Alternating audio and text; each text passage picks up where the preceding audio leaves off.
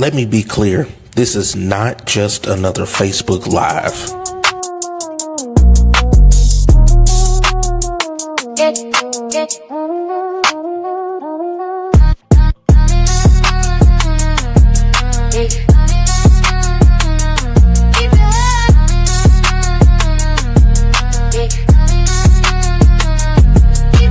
It's a call to action because I believe compelling conversations change the world.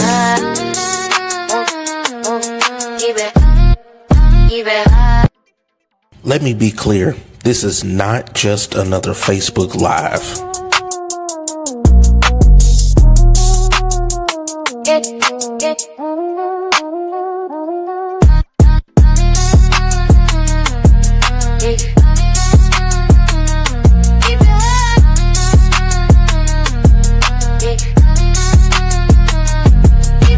It's a call to action because I believe compelling conversations change the world.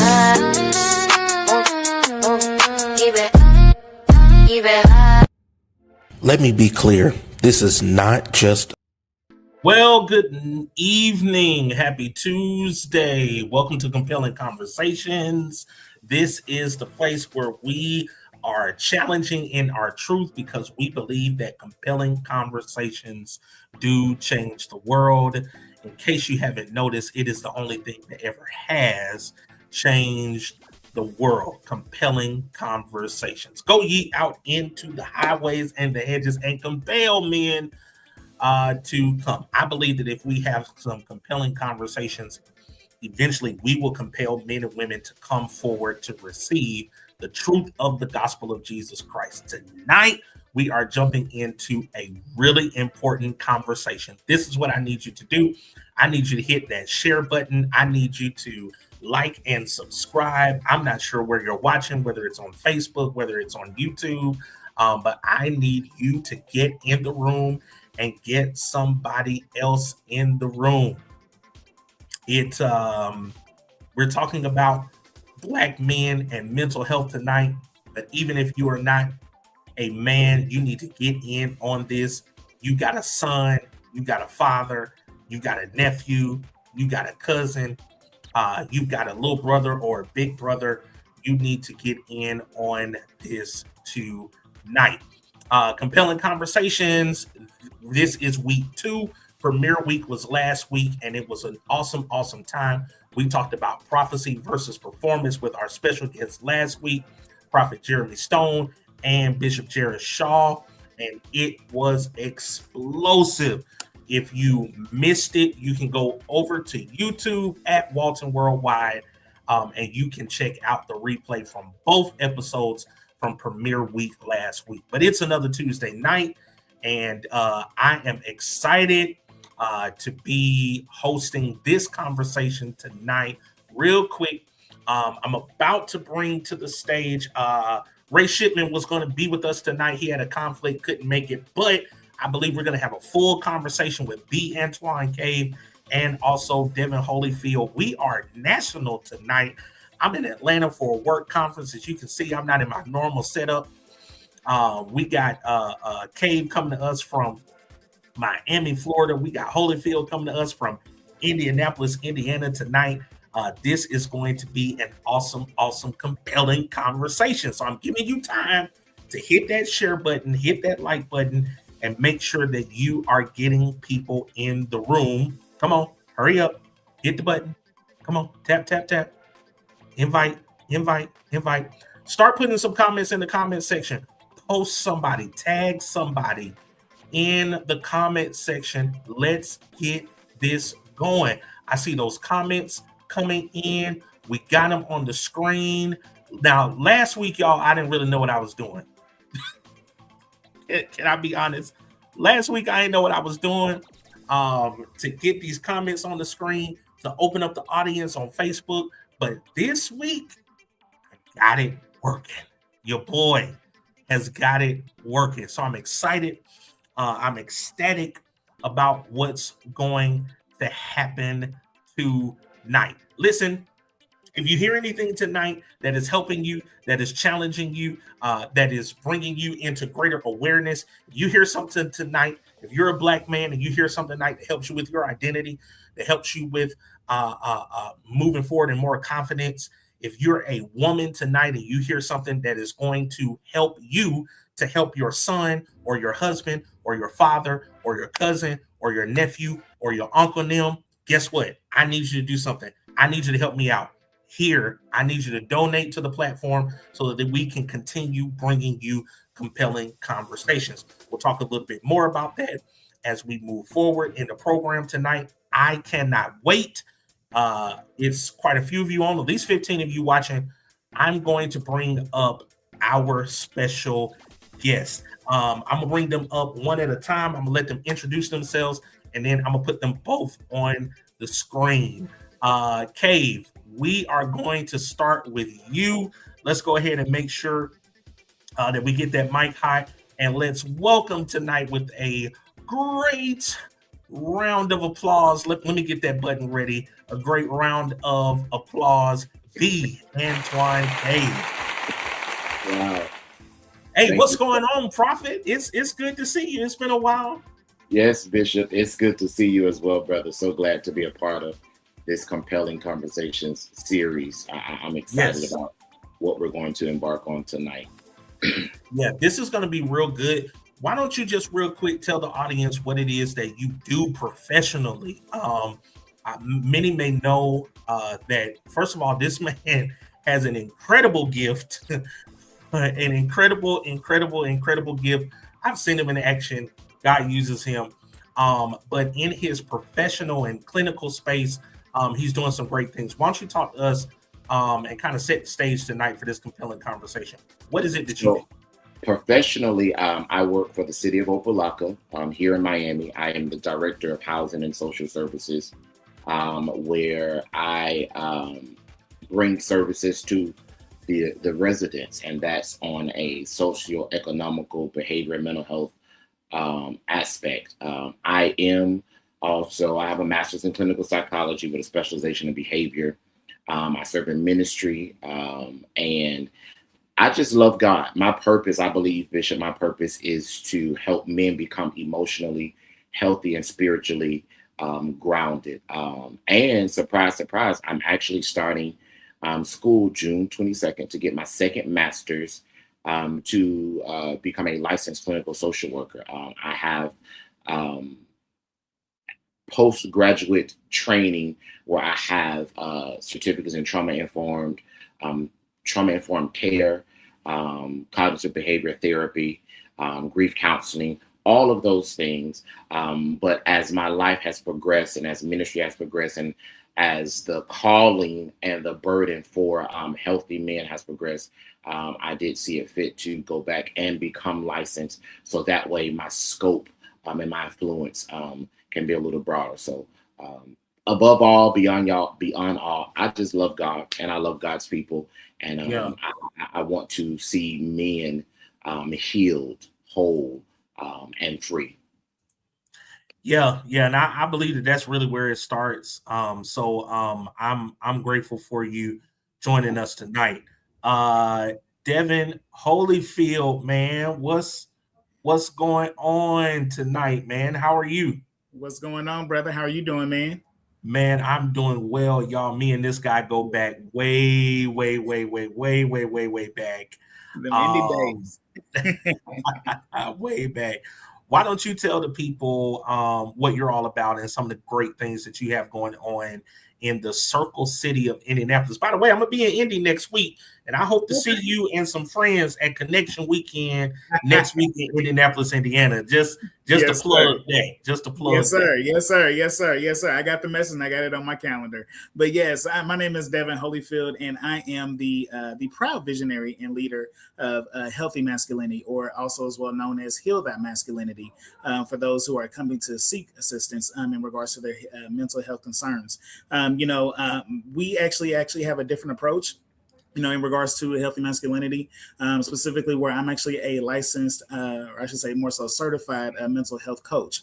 So if you think of, your typical life coach, but more so of a mental health twist on it.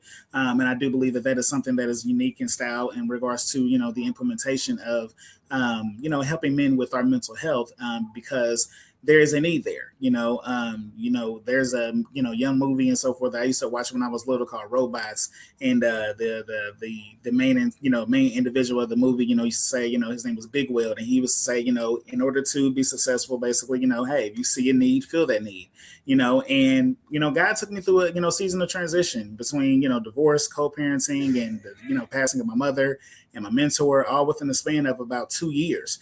As you can imagine, a lot of those things, were, some really trying and dark times and things like that for me. I was actually, in communication with, my brother, Bishop Walton and so forth during those time periods and things like that. He checked in on me and things like that. And I appreciate you for doing that. But, nevertheless, I did get to a point, I did make an attempt, to take my own life. But God, and so I thank God for that, because in that moment, even in that darkest moment of my life, God actually gave me a fresh revelation in understanding, the importance of mental health, understanding that there is a need for mental health, but for Black men. And not to say that Black men's mental health is more important than anyone else's or anything of that nature, but our experience is exclusive, which means that there are individuals that just will not be able to understand or comprehend where we're coming from and why we look at situations with our perspectives the way that we do, because it is all ingrained in how we were raised. And so, that has been my passion. As I've transitioned from career development and things of that nature, served at various capacities in the Lord's Church, even, so forth, as my mental health has improved over the past couple of years. I have actually stepped back into ministry, so I thank God for that. We need you. I'm glad. We need you. The Lord is kind. The Lord is kind, and so, like I said, serving in various capacities of youth and young adult pastoring, executive leadership, and things of that nature, being, my pastors and former leaders and so forth, being their number two, essentially, and serving God's people, that has definitely been something that has been consistent throughout my life and so forth. And since I have been first exposed to the love of Jesus Christ. And so, I do believe that, that specifically, as great as, my call was and things of that nature, I do recognize, as a young preacher back then, that some of the greatest preachers had some of the worst testimonies, Bishop, Walton knows this. I grew up, in more so full gospel. So I'm looking at, Bishop Walton testify about how he's, literally preaching the house down and people are being healed in his, mega ministry, but yet his wife is at home dying. Bishop Paul Morton, going through the likes of Hurricane Katrina, losing his entire church and things like that. And so I just knew. And he had a mental breakdown. He had, you know what I'm saying? Yeah. You know what I mean? And so I just knew. I'm like, Lord, as a young preacher, you got to be careful what you pray for, because I knew, I was like, Lord, I'm like, I love you, I'm willing to serve you, by any means, but I'm just missing that umph, you know what I mean? And that umph was that, I needed my own testimony. You know what I mean? I needed to have my own, course of, come to Jesus moment, if you will, to solidify things in such a way. And by all means, you know what I mean? I'm grateful for each and every bit of that season, because it actually introduced me into, a new version of myself that I'm so much blessed to know, and to be able to experience. And so healthy masculinity was birthed through that, you know what I mean? Because we got to be able to remove the toxic masculinity within our culture that has been ingrained in us since we were young, and to really make sure that we are actually helping the next generation be able to process things and be able to show and express emotions properly, right? In a healthy way. And so, to be that man to moments demands. And so that's who I am, and that's what we are about with healthy masculinity. Man, let's give him a round of applause. Thank you, Devin, for coming on. And that testimony as well, man. And we're so grateful, man, that but God, I saw it just pop up in the comment section. Thing almost took me out. I almost forgot that this was supposed to be a whole talk show type of thing. And I was about to go ahead and go up, and y'all was gonna go on up with me. Listen, if you haven't shared this just yet, I need you to hit that share button. If you are in the virtual audience tonight, I need you to tag somebody. My wife has been tagging people vigorously. Thank you, baby. Shout out to sis. Yes, shout out. Lady Walton, Yes, shout out. the bishop's wife. The bishop's wife. I've been seeing it on my timeline the constant last 2, 3, 4 months. She has a personal online vlog. Yes, yes, yes, yes. I love it. I love it. So yeah, we're grateful for that. So let's jump into this conversation tonight. Yes. And I tagged this protect Black men. And I'm gonna be honest, you know, it's provocative. It's a play on words, because we hear a lot about protecting Black women, but I don't know if we really hear protect Black men. And let me be fair with that, because it may be hard for us to admit that the source of protection needs protection. It may be hard for us to, as a community of people, really wrap our minds around the fact that the person who should be doing the protection actually also needs some protecting themselves. And sometimes for us as men, just to be quite honest, it's hard for us to admit, acknowledge, and reach out for help because of the responsibility and accountability we have as men. I have said this several times in conversations with my wife, my mother, my sister, the women who are around me who help to protect me. I've said this. You have to experience it. Devin, you said it. Our experience is exclusive. There is no experience on planet Earth like being a Black man, watch this, asterisk, in America. There's no experience. I can't explain to you in the most humble way and articulate to you why what I'm saying is true, but you just have to believe it, that there is no other experience on planet Earth like the experience of being a Black man in America. And it's just hard to be that. So is the community doing enough to protect Black men? And are we doing enough to create safe spaces for Black men to exercise mental health? Let's just jump right into it. Okay. Yes, I say no, that the community isn't doing enough. However, I think we're making progress, because I feel like we often teach men to be strong, or we celebrate them being strong, but we're not creating those spaces where men can be vulnerable. And because in the African American race, we were all taught men don't cry, men don't do this, men don't do that. But you just said it, Bishop. What happens when the strong needs strength, right? But we teach we teach our boys. I'm a single Black father raising a son, right? And so we teach our boys to be protectors. We teach them to be providers, but we don't teach our boys, or we were not taught as young men how to process our grief. We were not taught how to process rejection. We were not taught how to process disappointment. We were not taught how to process trauma and emotional pain. We were just told, suck it up. Big boys don't cry. You'll be okay. You know, and so, but in this day and age, I do believe that we are progressing.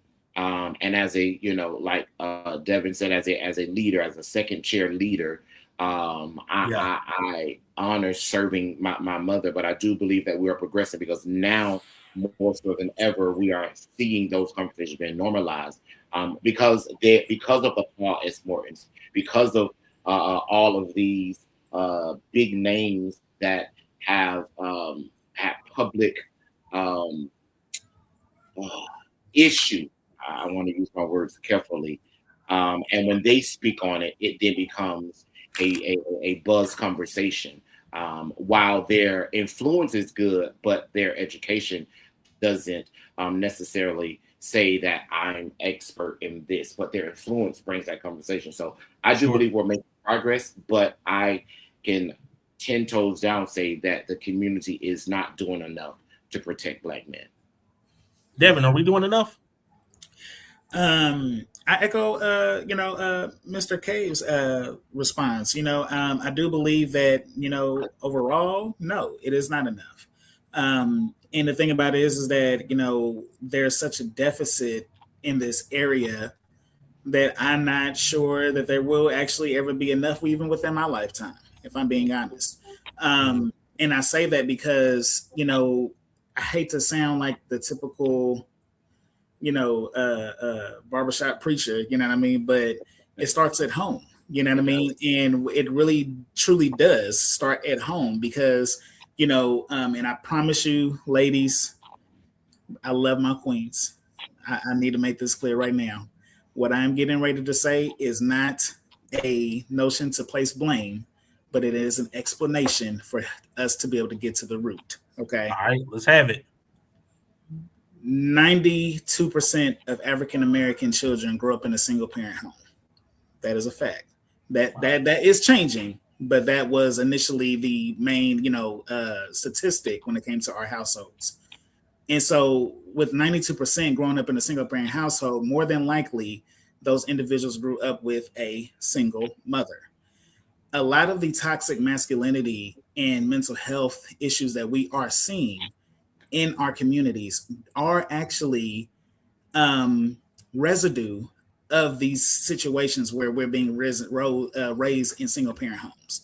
And what does that look like? As my brother said it earlier, just a moment ago, we were told as a kid, hey, boys don't cry, boys don't show emotion, suck it up, take it, take it to the chin, you know what I mean? Take it like a G, you straight, you good, but then what that does is that teaches that young child to suppress their emotions. It teaches them to suppress and not speak and advocate for themselves.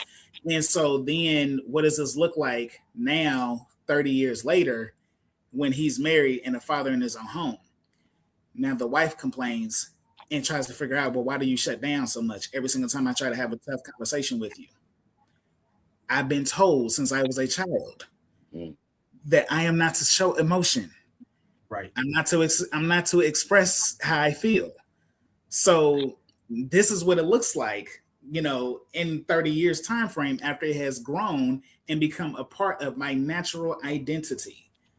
And so in order for me to be able to, and here's the thing, because I am human, I still have to get rid of this issue. I still have to deal with it, but I'm dealing with it in my own way. Because if I deal with it in the way of the world, then that means I have to admit fault, I have to admit guilt, and things of that nature. And then I have to essentially hold myself accountable for my full actions. Even though it's not my fault, it is still my responsibility.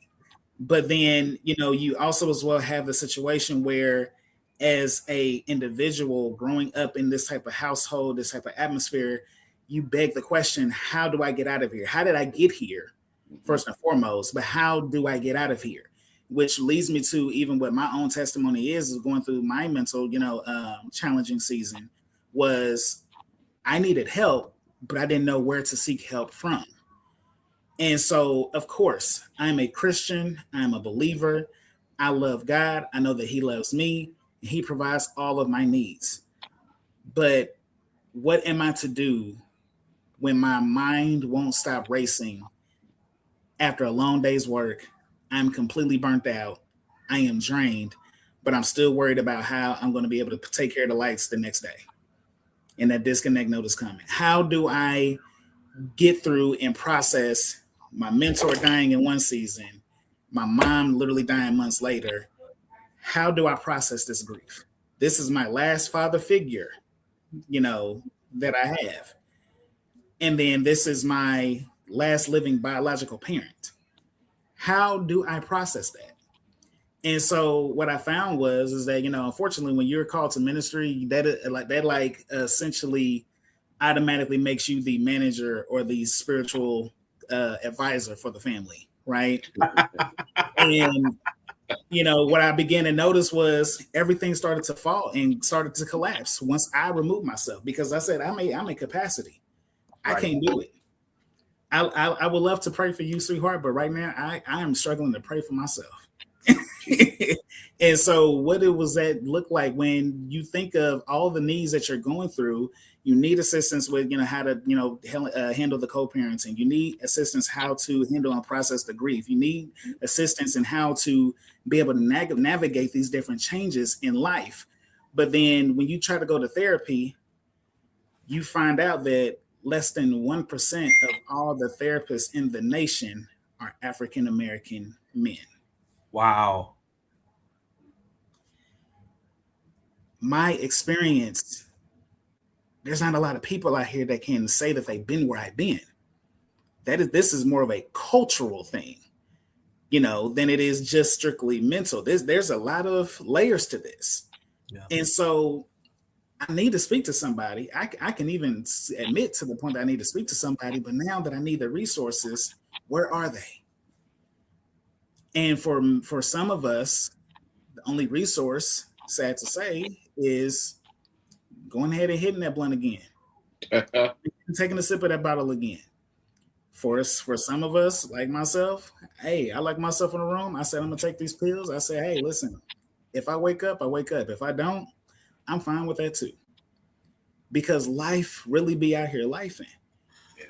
And when you have the resources and they're not even readily available, because, again, no disrespect to the system and the community and nonprofits and how things are structured, because women do need resources. But I think that because we think that men are the head of the household so much and the leader so much, we forget that they are human too. And so that's where we have to really start looking at the resources and understanding that there's a lot more that we could be doing. Absolutely. And you know what's not working anymore for our mental health?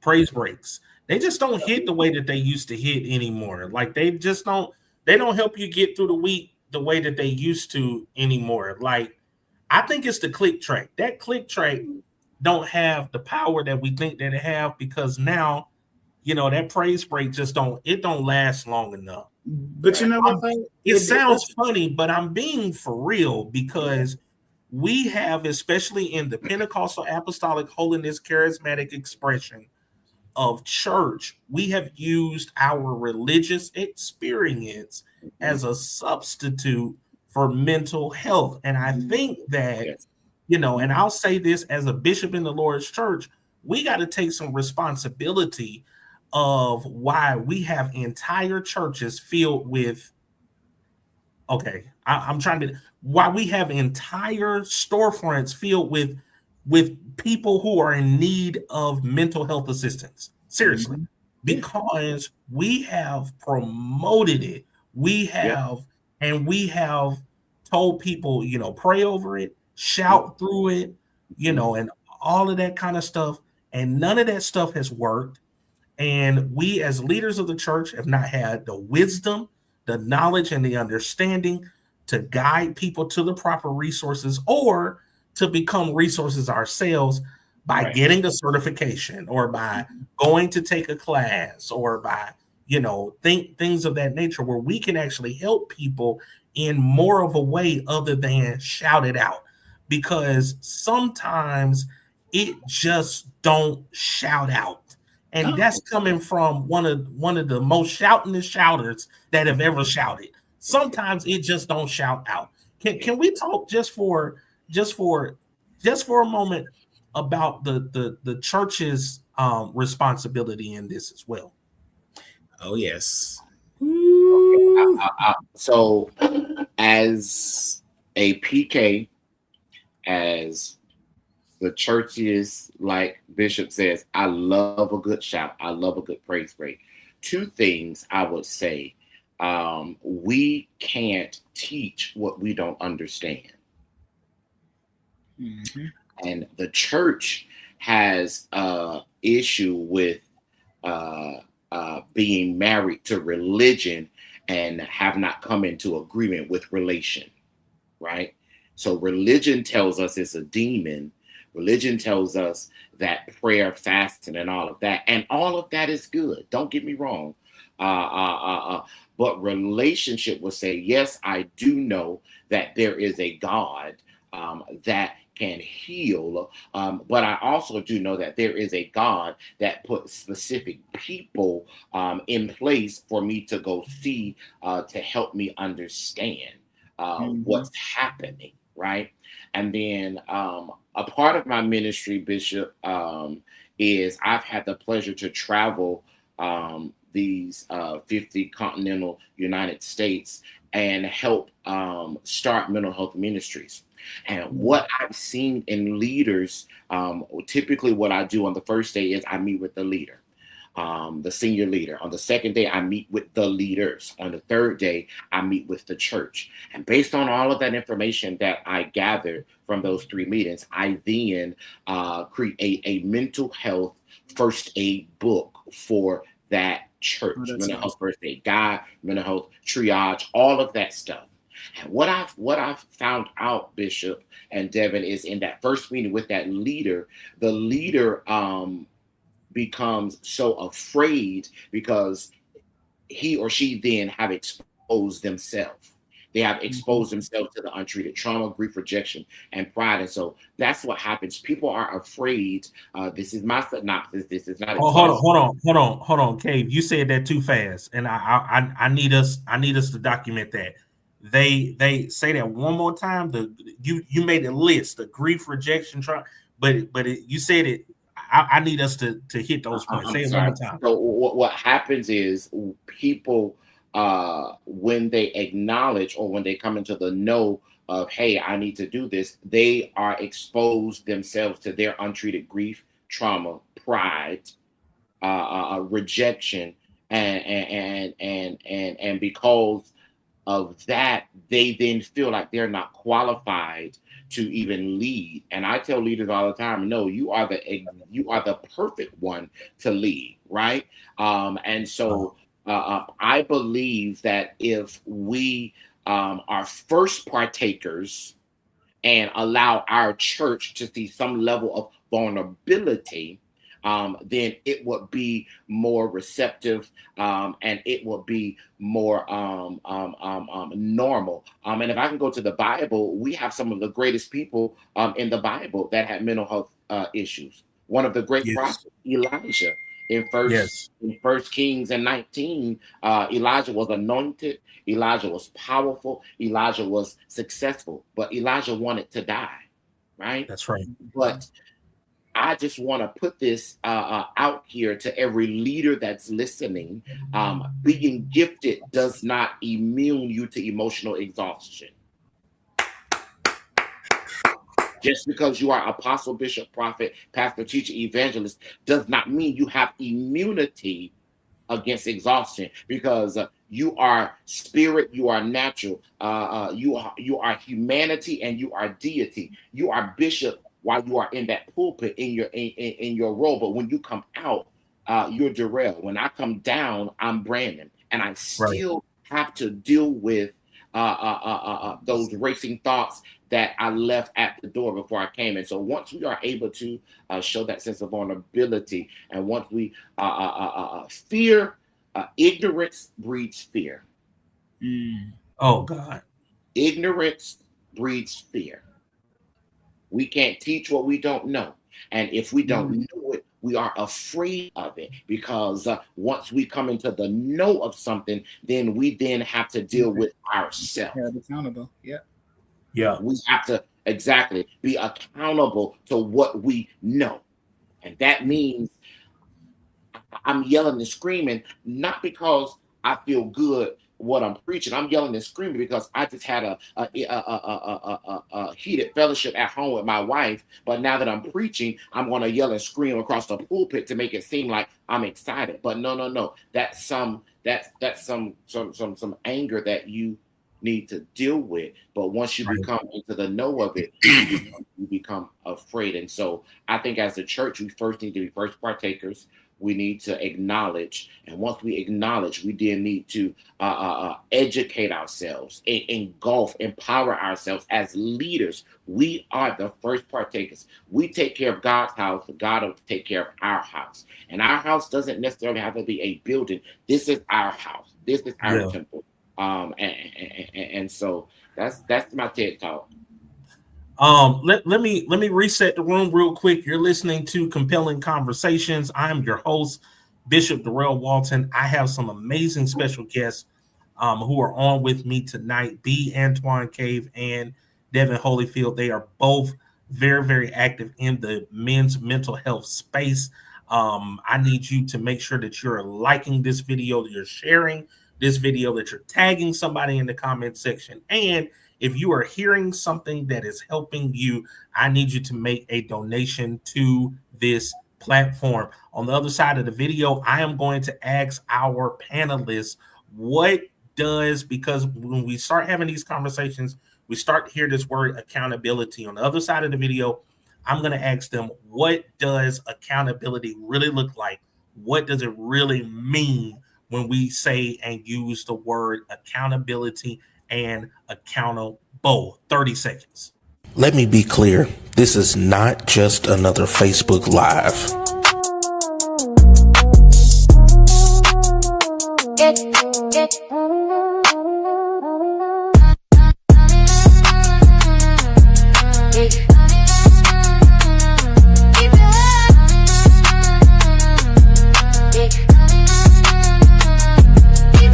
It's a call to action because I believe compelling conversations change the world.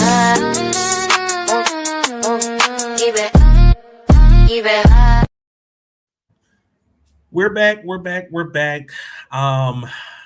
Devin, I want you to pick this up. When we use this word accountability, whether it is we're talking about the Black community being accountable, whether we're talking about the Black church being accountable, I think we've used the word accountability a couple of times since we've been on tonight. And when we start talking about mental health and what that means, accountability comes up a lot. What does that mean? What does accountability mean? You know, accountability means that, especially when it comes to, our mental health, even though I think I said this earlier, even though it may not be your fault, it is your responsibility. When it comes to, accountability, doing the work, not making any excuses to do anything and everything else, but doing the actual work. Because the thing is that, I am a firm believer that when we actually invest in our mental health, low key, it almost could be considered to be like the key to world peace when you actually think about it. Because if every person that's connected to you, and this is coming from a special person out there, if you're watching, this is a shout out to you, but they used to teach to me and preach to me and drilled it into my mind that, when it came to taking care of your mental health, everyone that's connected to you benefits, right? If you're going to therapy, if you're journaling, if you're taking some time to practice self-care, you're going for those walks, if you're, going and doing a little bit of a, retail therapy and things like that, and here and there, you're actually investing in yourself. You're happier, you're less stressed, you're less, emotional. And who begins to be blessed because of that? Your spouse, if you have one, your children, they want to be around you more. They want to come and chill with you. They want to hang with you, your friends, your family, your coworkers. Everyone is actually blessed. And if that really took on, if everyone's began to take that seriously in that same notion, just imagine how much more at peace this world would actually be there. Mm-hmm. But see, the thing is that when we talk about accountability, again, we have to have those tough conversations. And unfortunately, there's no way that you're going to be able to heal without being able to get to that place of talking about it, right? And talking about those things and really, processing it, effectively is going to be significant. Because why? Even when you are going through a season of unhealedness, right? when you're not healed, you hear differently, you see differently, you respond differently. You know, one thing can happen and you will be amazed at how different someone who's truly unhealed will look at the same situation and interpret it completely differently, because you begin to heal. So you begin to listen with your triggers. You begin to listen, with, your triggers. Okay.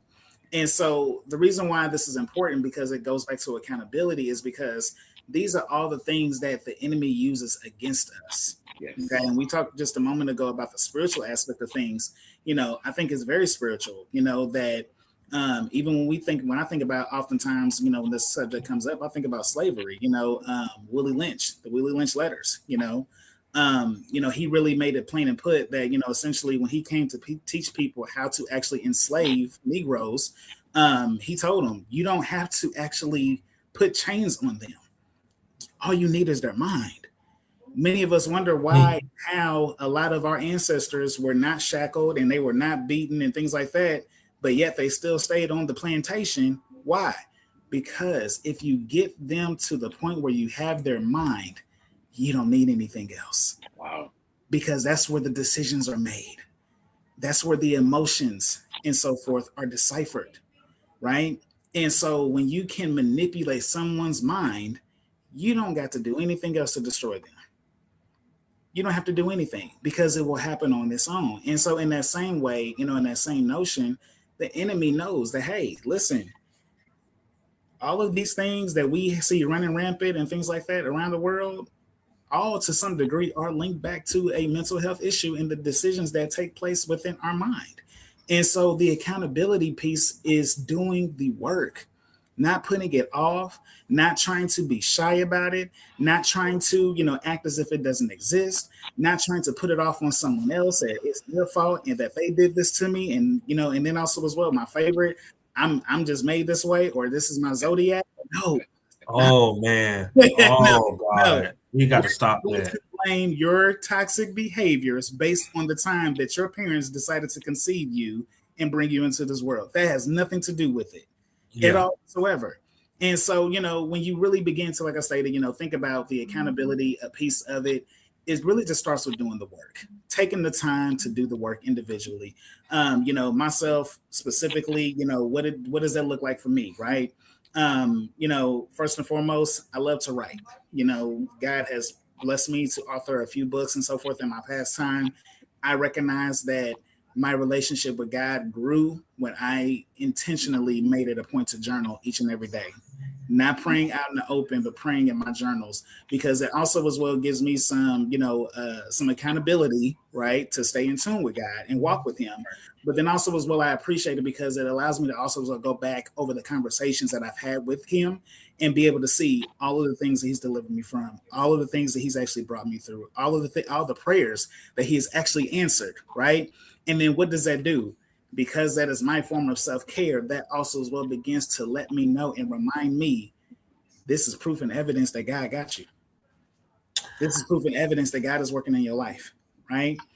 Yeah. When it comes to, Fridays, each and every Friday, I have my therapy session. I don't make any excuses at all whatsoever to miss it. My employer knows it's on my calendar. That is a time frame and so forth right there. You do not touch. I don't care if the CEO is in town. I'm going to my therapy session. That is my mandatory lunch. You've got to be intentional about those type of things. Self-care days, self-care moments. Also as well, I implemented something in my life earlier this year called Devon sessions. That is where I turn my phone off. I'm not available to anybody, not even my lady or my kids. That is my time for me to be able to just sit and soak and not be distracted by anything else going on in the world and me. And if I choose to, the only one that was welcome in that space is God himself, right?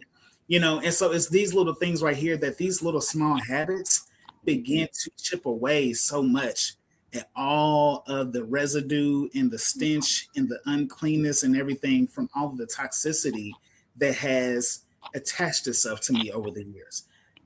Because, especially when you're working in ministry, right, especially doing the work of God and things like that, some things do get attached to you, right? And so, working with sheep, right, you're going to smell like sheep. Amen. And so, it's those type of things right there. Like I said, they keep us accountable. But here's the thing, though. The point that I'm making is that accountability looks different for everybody. You have got to be willing to go and seek it. That's the point that I'm making. I had to figure out what it was that I needed in those moments, and I had to figure out what specifically spoke to me. One thing I learned too as well, hey, so a lot of men toxically, painting may be something that seemed to soft. But you know what? I started painting my own sneakers. It was so therapeutic for me. I put on music, light some incense, and I get to going. And man, listen, I have a time by myself, but it brings me peace. It helps recharge my tank, It helps me, doing these things help me from going off on my kids unnecessarily, right? Doing these things help me, keep things intact when it comes to my employer, right? Because things can get hectic. But where are you going to release? Because in some way, shape, form, fashion, it's going to have to get out. But it's up to you how you release it. We got about 10 minutes left. I wanna really zero in. I want to ask a question. I find it interesting that we're sharing men's mental health month with Pride Month. I'm just trying to figure out, I just find that interesting. I don't know. I don't even know how to phrase this particular question. Is that a spiritual agenda? Is that a social agenda? But it's interesting to me how there could be a link between the two. Brandon Cave, what you think about that? So I do think it is so pride and mental health.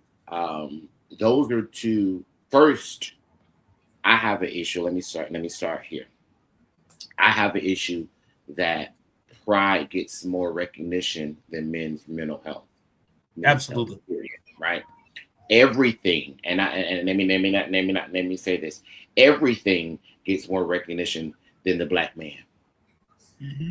Everything and everybody gets more recognition than the black man. Again, Devin, I love my beautiful black queens, but I'm just saying what I'm saying, and I'm saying it. Everything and everybody gets more recognition.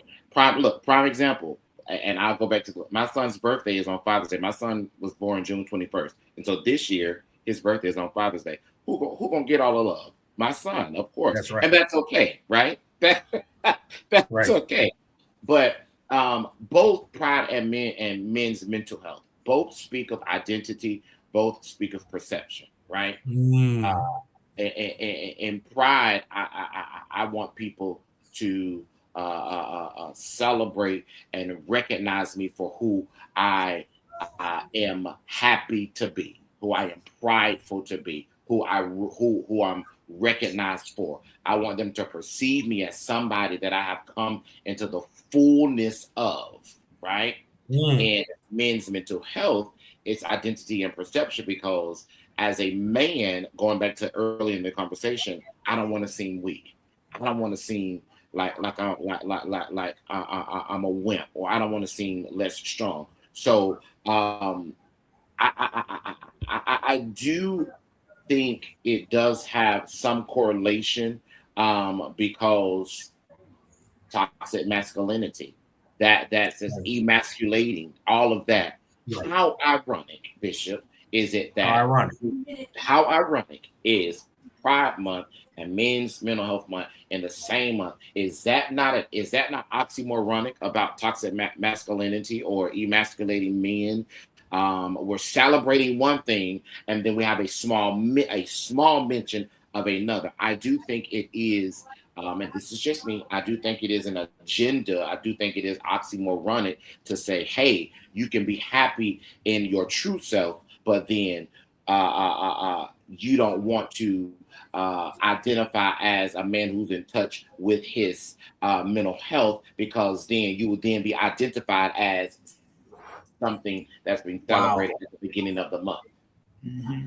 If I'm in touch with my mental health, Devin, oh, he's a, I don't want to say those words. I don't want to offend anybody. Oh, he's this, oh, he's that. But then we're celebrating that June 1st Pride Month. And so I do think it is the powers that be probably did that intentionally to suppress, to say, oh, well, it's not only Bishop, is it Pride Month, but it's also Father's Day, where we celebrate the fathers, right? And we set, so I think it is an agenda. I do think it is a work of the powers to be. I don't want to say the enemy, but I definitely think it is an agenda to take or to personify, magnify toxic masculinity and emasculate men, because absolutely, it's ironic, and I think that was the word that I was looking for that I didn't quite get to for whatever reason. Prophet Cave is ironic. There's just an irony there that in the same month we can be challenged to celebrate something that is the antithesis of fatherhood. Yes, sir. And something that by definition and statistics is quite challenging to men's actual mental health. Absolutely. So I just think that it's very ironic. And I'm this guy, and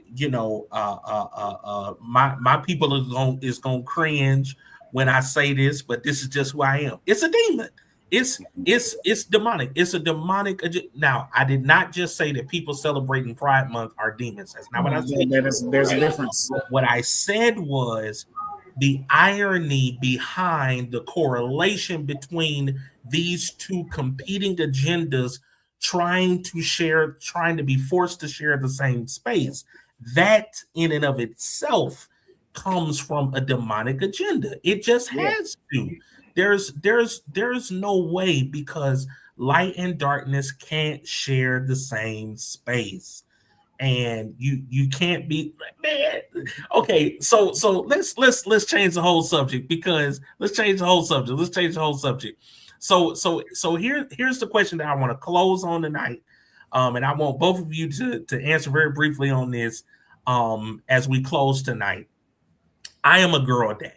I am a proud girl dad. I have been blessed now. I'm on girl number 4 that I am instrumental in their life. They're in my home and helping them and raising up girls.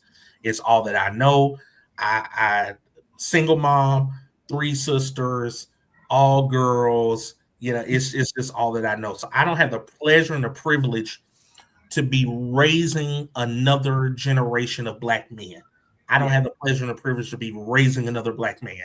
The both of you have the pleasure and privilege to be raising Black men. And as we close out this conversation and kind of wrap it up in a bow, what is it that you hope changes over the next 5-10 years with this generation? Baby, it is too late to start trying. My wife talking about it's not too late to start trying. I don't know what's wrong with this woman of God. We're done.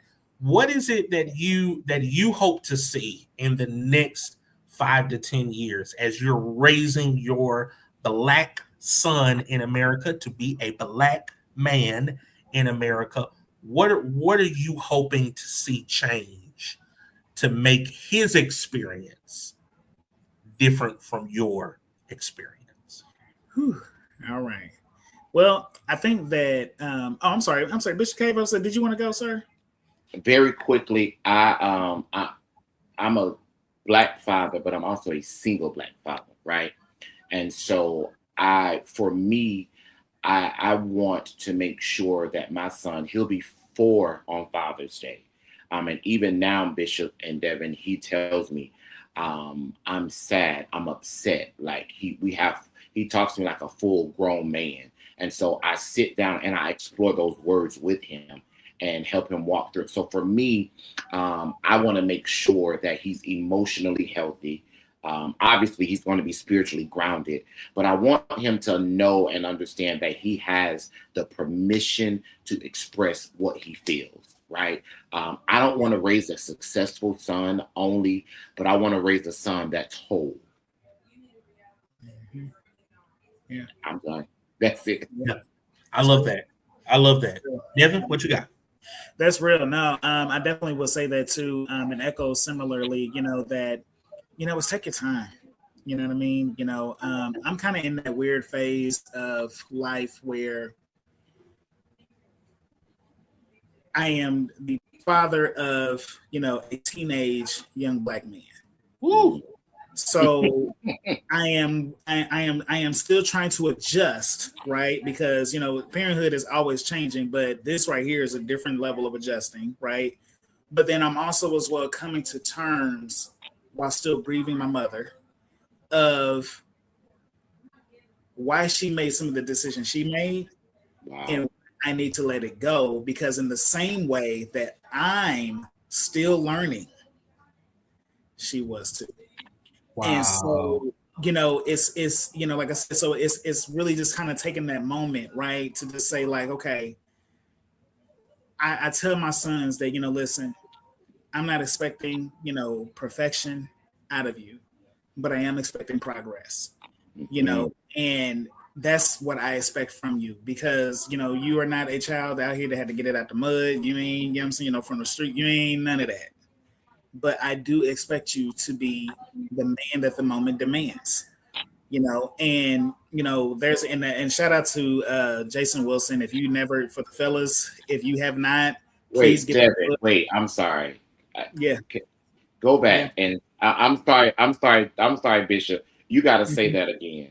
You gotta say that again. Yep. You gotta say that again. So the book specifically that Jason Wilson wrote, which focuses on the emotion, the emotions of men, but being the man the moment demands. Yeah. And that's going to look different, you know what I mean? And so for myself, as I'm discovering that, I'm also as well, they don't know it, but I'm also as well dropping the seeds right now in that asset too, to the point of understanding, listen, masculinity, is a part of who we are. We should have some levels of masculinity within us. However, that does not mean that is automatically our go-to, because as he explains it in his book, he said, basically, women, tend to have, a multitude of color. Like, you know what I mean? For me, if I look at one color, I'm gonna see red. A woman looks at that color, she's gonna be like, nah, that's more burgundy. You know what I mean? That's no, I'm like, I thought it was maroon. Like, heck if I know, you know what I mean? But that's how women are.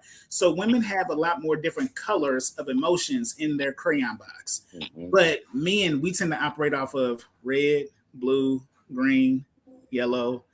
And if we use all of those colors, right, we probably may just stick to the black, white, and the red. You know what I mean? And so when it comes to that, we're now trying to figure out how to bond and commune with our spouse or our partner. And it's challenging to do so because we only have one color that we're using, but they have a multitude. We're trying to put, our green to match their lime green. You know what I mean? It's not going to work that way. And so I'm trying to show my young men how to be able to be the man the moment demands and understand that, hey, yes, you are masculine. Yes, you are going to have some of that, what some people tend to refer to as that, that big dog energy. That's cool. But what is it going to look like when you have to come and take care of your mother and she's sick? Is that going to require for you to be a masculine man in that moment? Or is it going to be require for you to be a more softer, man in that moment to say, hey, I need to do my mom's hair. You know what I'm saying? I may need to beat her, right? That you can't be masculine in those moments. You know what I'm saying? That requires vulnerability. You know what I'm saying? That requires a different level of, emotion and so forth for you to be able to tap into. But you can't be that if it's, I'm hard. I'm straight, bro. You know what I'm saying? I'm cool. I'm good. I'm straight. You can't do that. You know what I mean? I learned that early on that, that even though, I'm saying I'm raising sons, I'm also as well raising a young daughter. And when your daughter tells you, Daddy, hold my purse, Negro, you better hold that purse. Okay. And so that taught me early on how to be able to say, hey, listen, I'm as masculine can get. I have no problem with my, sexuality or my identity, anything of that nature. But I can also as well, paint my daughter's nails and not feel any type of way about it. And I'm showing my sons that, hey, listen, yes, you are a boy and I am a man. But you know what? Every single time that you leave this house, I'm going to kiss you. I'm going to tell you that I love you and I'm going to hug you and I'm going to show you some emotion and care because I didn't get that. And I know what that feels like for someone to tell you that they love you, but not show it. And the whole, trauma that even comes along from that slippery slope, right? And so adjusting and being the person that, I knew that I needed at that age is how I'm showing up for my boys. So, yeah, absolutely. I want to give a couple minutes. I want to give something and then allow our panelists to tell you where you can find them and where you can connect with them. And then, but for those of you who are listening, you're in the audience, you're watching on Facebook, YouTube. If you have a question for the panel, we're going to do rapid fire, just 30-second responses. If you have a question for the panel, go ahead, type it in the comment section right now. Right now. We're going to answer it live on air. I want to read this from Overseer Keith Jones. Teach our sons life skills, but allow life to teach them in areas we can't reach. We can teach them how to be a man, but life's experience will show them how to be a man. Love that. Absolutely love that. Thank you for your contribution to that compelling conversation. Listen, if you have questions, if you got questions for the panel, I want you to bring those questions and get them in the chat real quick. I need as many of you as possible to help me with something. Just the streaming platform, roughly around $17 a week. I want at least 10 of you watching sponsor the next 10 weeks. 10 of you sponsor the next 10 weeks. Give a donation tonight of $17. Help us go another week with compelling conversations. If 10 of you do it, then that's 10 weeks of compelling conversations that we don't have to worry about. And next week, we'll work on the next 10 weeks after that. Come on, $17. If you'll help us with that donation, we can continue to bring compelling conversations. I think tonight's conversation was awesome. Definitely well needed, a compelling conversation. Our panelists have been great. The audience has been great. We're moving in great time. But if you would, that giving information is there. Something that's helped you. If it's helping you to deal with your son or your husband or your son or your husband or your spouse or whatever the case may be, go ahead. And if something has helped you tonight, send that donation, sow that seed, put a demand on it, whatever it is. And those of you who are doing that, thank you. Those of you who are in the comments saying that you are giving toward the platform tonight, thank you. We are joining in with a $17 donation that covers a week of compelling conversations. Let's do it. All right. Who has a question? Are there any questions yet in this comment section? I want to give us just a little bit questions in the comment sections. I see y'all on Facebook. I see y'all on YouTube. Thank you so much for being a part of compelling conversations tonight. All right, let's jump into this, and I will give it to. Let's do that. Yeah, I like that. Let's do that. So let's put the comment up. I think my wife has a question that she put in. All right. How can we better support our men as wives, daughters, sisters, etc.? What do they need most? I hear "be my peace" often, but what does that truly mean? I love that. Let me hit it right quick, and then I'm gonna throw it to our panelists. Let's just take 30 seconds each and address the question. Number one, the whole "be my peace" thing makes absolutely no sense to me, because if I don't have peace, I can't look for someone else externally in my life to bring me peace. And peace is a fruit of the Spirit. So if I'm not engaging my relationship with Holy Spirit to bring me peace in my life, I can't hold my wife, daughter, sister, mother accountable for my personal peace. So that's just, that's just kind of crazy. And I'll let y'all handle the other parts of that question. How can we better support our men as wives, sisters, daughters? What do they need the most? Cave. Okay. Help create an environment where healing and growth can occur. Men often aren't looking for a perfect wife. They're looking for a wife that's a partner. So partner with them in their healing journey. Create those spaces. Hey, honey, how was your day? What can I do for you today? Allow them to express themselves. Most times, men just need an ear. They don't need words. That's good. Holyfield. Amen. I would say, I was trying to look for an acronym and so forth here, but I had it, so if I can't come to mind, but it's okay. It's perfectly fine. I would say, honestly, understand who your man is, right? Understand that, listen, and this is where it starts to get murky, because, we try to, oftentimes we call men sassy and, things like that these days, you know what I mean? To, again, emasculate. But give your husband, your brother, your father, your son, give them their flowers without having to be an actual special occasion. Don't let it be Father's Day for you to just say, you know what? I see you. I see you trying. I see the hard work that you put in. Not that we, require a pat on the back, because us as masculine men and things like that, being the man that the moment demands, we're going to do that anyway. But just to let us know, hey, I appreciate you. Ladies, I don't know, as the first lady, I don't know about you, but, when my lady, she puts, her hand on the back of my neck, honey, I see you. Oh. Wrap it up, throw it away. We're good.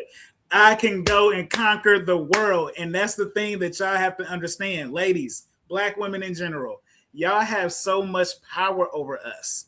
When we feel empowered by our women in our circle, we feel like we can go and conquer the world. When y'all speak life into us and encourage us, especially in those dark moments when we feel like we're not doing enough, and you tell us, hey, listen, you are that dude, man, bro, it's a wrap. And so, just give the brother the flowers without it having to be a special occasion. Don't let it happen. Father's Day, respectfully, I don't even really celebrate Father's Day like that. You know what I mean? Because there's been too many times where I have witnessed myself, it's Father's Day, but yeah, hey, Dad, can you throw something on the grill today? What? You wouldn't even dare think of anything of that nature when it came to Mother's Day. Nope. But yet, you know what I'm saying? We tired of getting socks, right? We want to just be loved and appreciated. That's it. That right there. And, and to my brother's point, Bishop's point is like, I can't expect you to be my peace, especially because, hey, that's just not how things are. But you can be a safe place for me. You can be a safe space for me. You can be my sanctuary, to say after a long day's hard work, this is where I want to be. And that's all I'm saying. So there wasn't any more questions in the chat. I wish y'all would take advantage of this. While we have a captive audience of men who can and will articulate themselves. But let me give us another 30 seconds to expand on safety.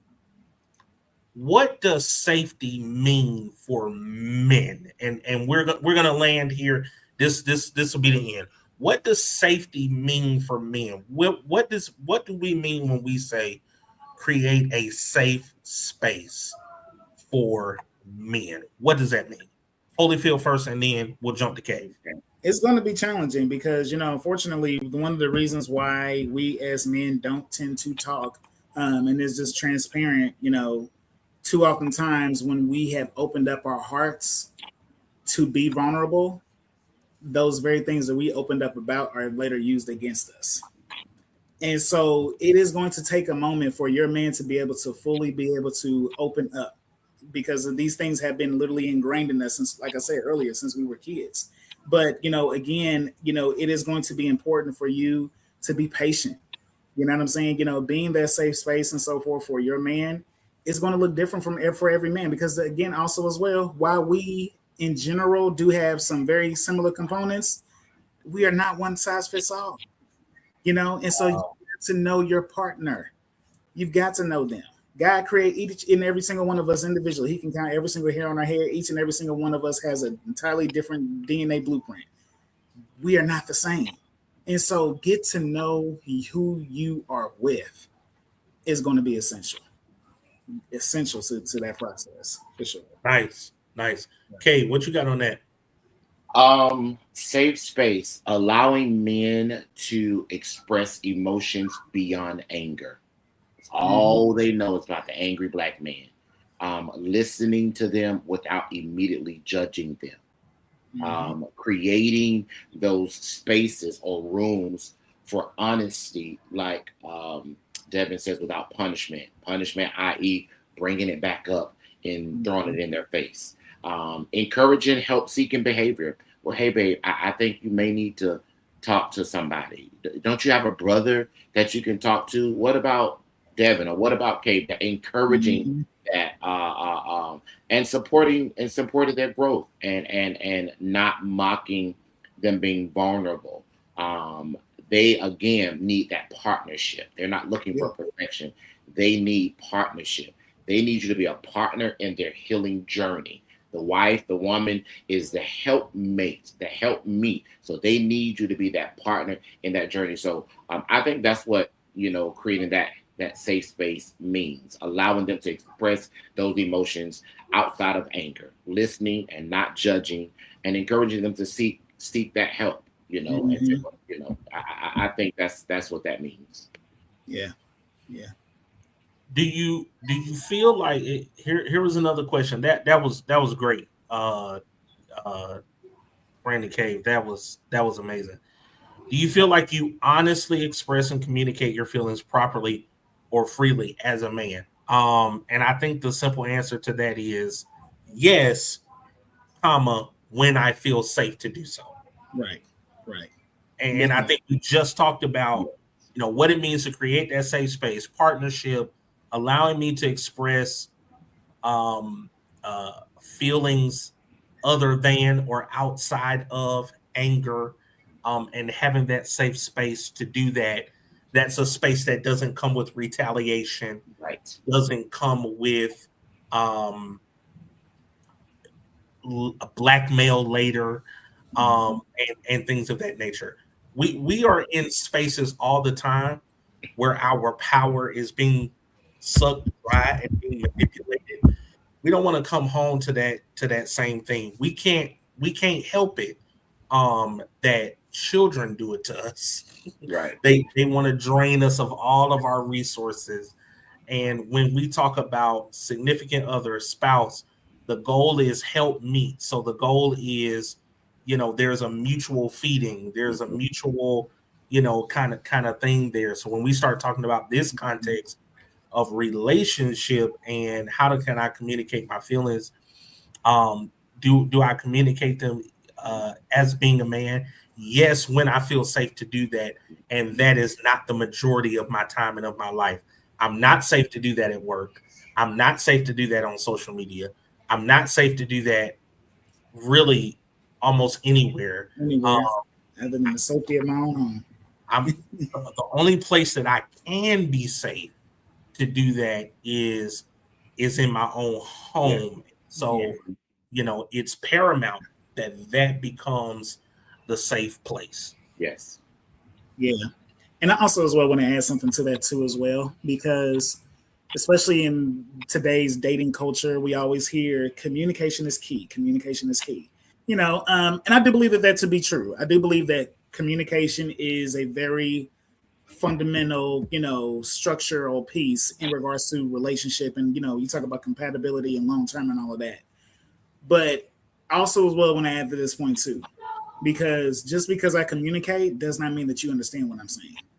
Oh. So communication is the key, but comprehension is what unlocks the door. Okay.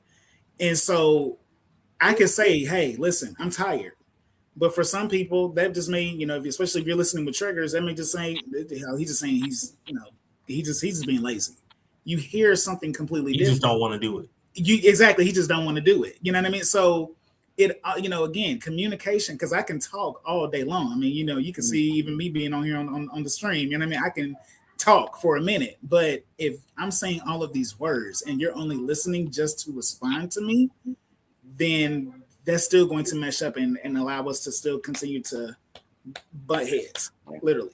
And so the comprehension piece is important too of it. So that's where you ask the clarifying questions. That's when you don't make assumptions, but you ask, to dig a little deeper and things of that nature. And again, first and foremost, don't interrupt. You know what I mean? And obviously, like I stated earlier, don't throw it back up once we're done with this conversation and refer back to it, or even use it as a citation. You know what I mean? Because those things are what really help us be able to actually, say, I'm actually going to open up and I want to tell the full truth, because I can also as well say as a man, yeah, I can give you a decent portion of it, but I'm only going to give you the important pieces, right? I'm not going to still give you 100, in regards to what intelligence or what information I want to share with you.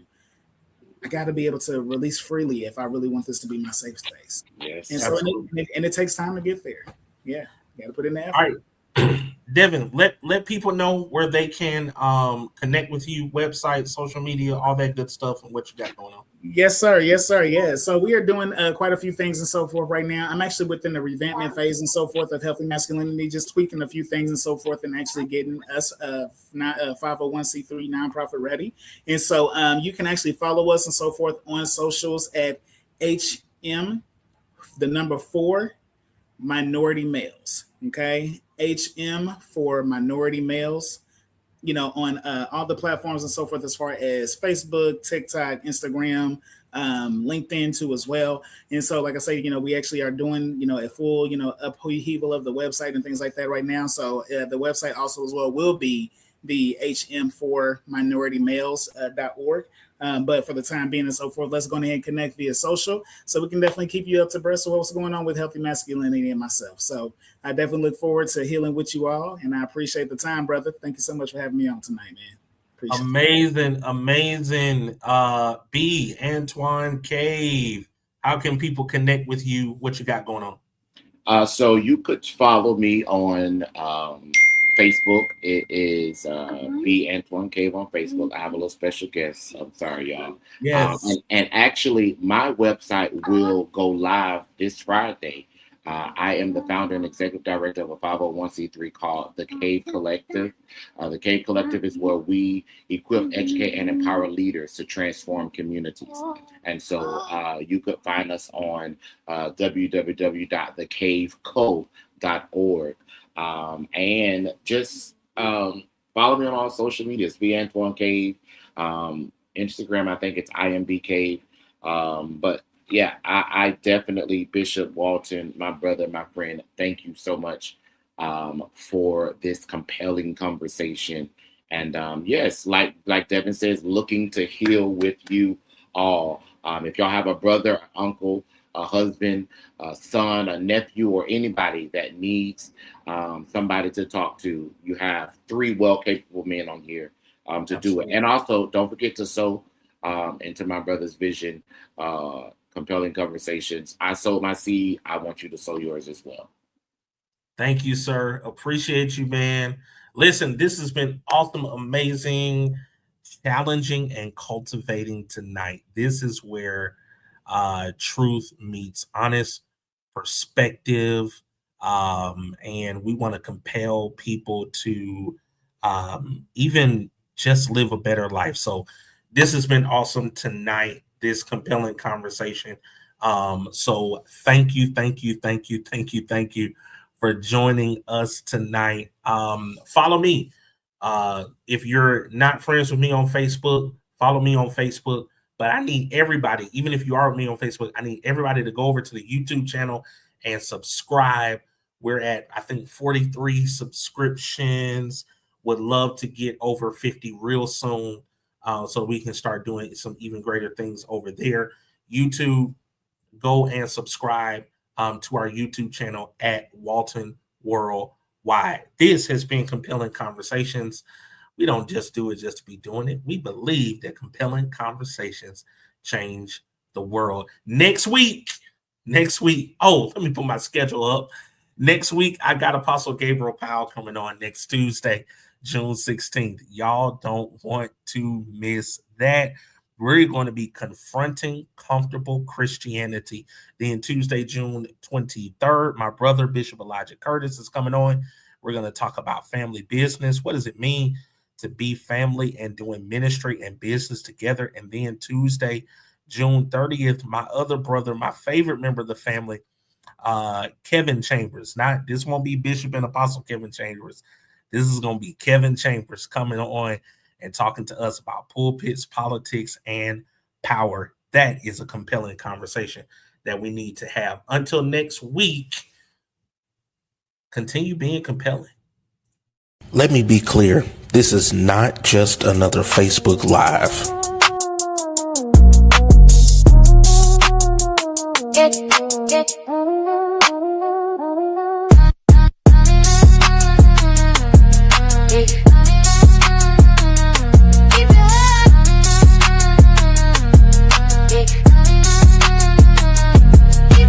It's a call to action because I believe compelling conversations change the world.